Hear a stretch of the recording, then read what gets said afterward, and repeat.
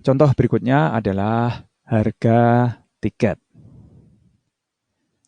Anggap ya ini terjadi di dunia wisata di Yogyakarta.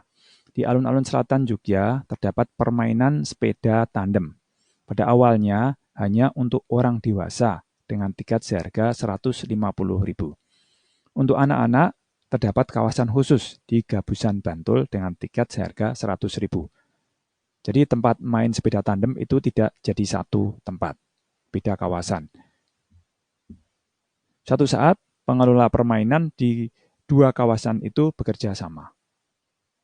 Sehingga anak dan dewasa dapat bermain sepeda tandem bersama. Jadi walaupun di alun-alun selatan, awalnya itu hanya bisa untuk orang dewasa, sekarang biar seru, anak-anak pun bisa main di sana. Yang di Gabusan pun juga demikian. Dulu hanya anak-anak, sekarang orang dewasa pun juga bisa main di sana.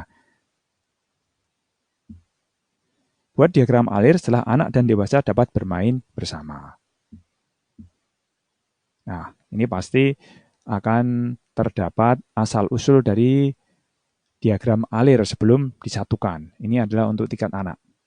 Karena hanya ada satu tiket ya, begitu orang masuk ke tiket box atau mau beli tiket itu langsung harga tiketnya berapa, sudah langsung disampaikan. Yang dewasa juga demikian, harga tiket berapa.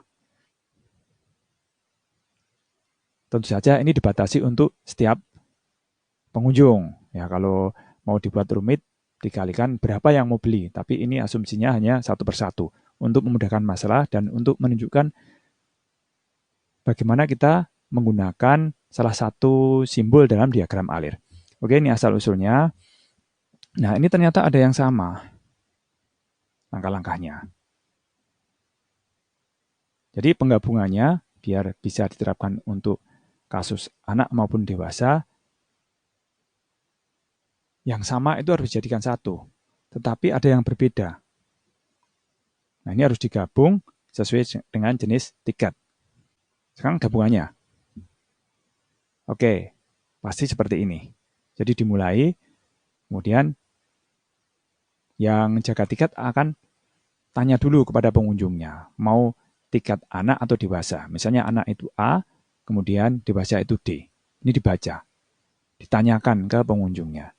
Kemudian yang ke kiri itu yang anak, yang ke kanan adalah dewasa. Tapi kalau karena belum jelas di sini, di skip dulu.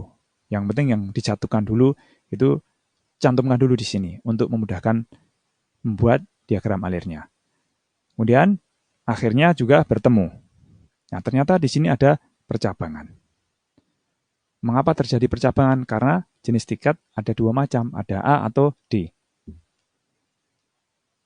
Nah, kita sudah harus menggunakan decision atau keputusan.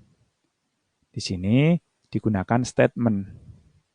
Jenis tiket sama dengan A, hanya di antara double petik. Nah, ini kan bisa bernilai benar atau bisa bernilai salah. Apakah jenis tiket sama dengan A? Jika benar, berarti ke tempat anak atau ke kiri. Jadi ini bisa dihubungkan. Dan di situ harus diberi pernyataannya. Dan yang sebaliknya, kalau tidak sama dengan A karena hanya ada dua pilihan, itu sudah otomatis D. Sehingga yang pilihan satunya ke arah kanan, yang ke arah dewasa. Seperti ini, secara simpel sudah sederhana. Tetapi kalau dilihat dari penampakannya, itu tidak begitu ringkas. Bisa juga ini dibuat lebih simpel, biar rapi. Ya, misalnya untuk yang anak itu tidak usah ditampilkan, demikian juga untuk yang dewasa. Jadi yang bercabang itu hanya pergantian pemberian nilai terhadap harga. Jadi lihat yang tadi ya, kalau ini sudah langsung outputnya, kalau ini ya ada proses pemberian nilai terhadap variabel. Jadi yang anak harganya 100.000, yang dewasa harganya 150.000. Kemudian ketemunya di bawah sini. tulis harga di antara petik berarti tulisan harga begitu, dilanjutkan dengan isi dari harga. Nah, pasti di sini kalau anak-anak akan menjadi 100.000, kalau dewasa menjadi 150.000. Sekaligus contoh ini memberi contoh kasus penggunaan proses yang biasa. Karena kalau kita lihat sejak dari depan tadi, kita hanya menggunakan terminal dan input atau output. Jadi walaupun ini sudah lengkap, tapi ternyata tidak ada prosesnya. Nah, supaya contohnya menggunakan proses seperti apa, kita gunakan juga kasus yang sama.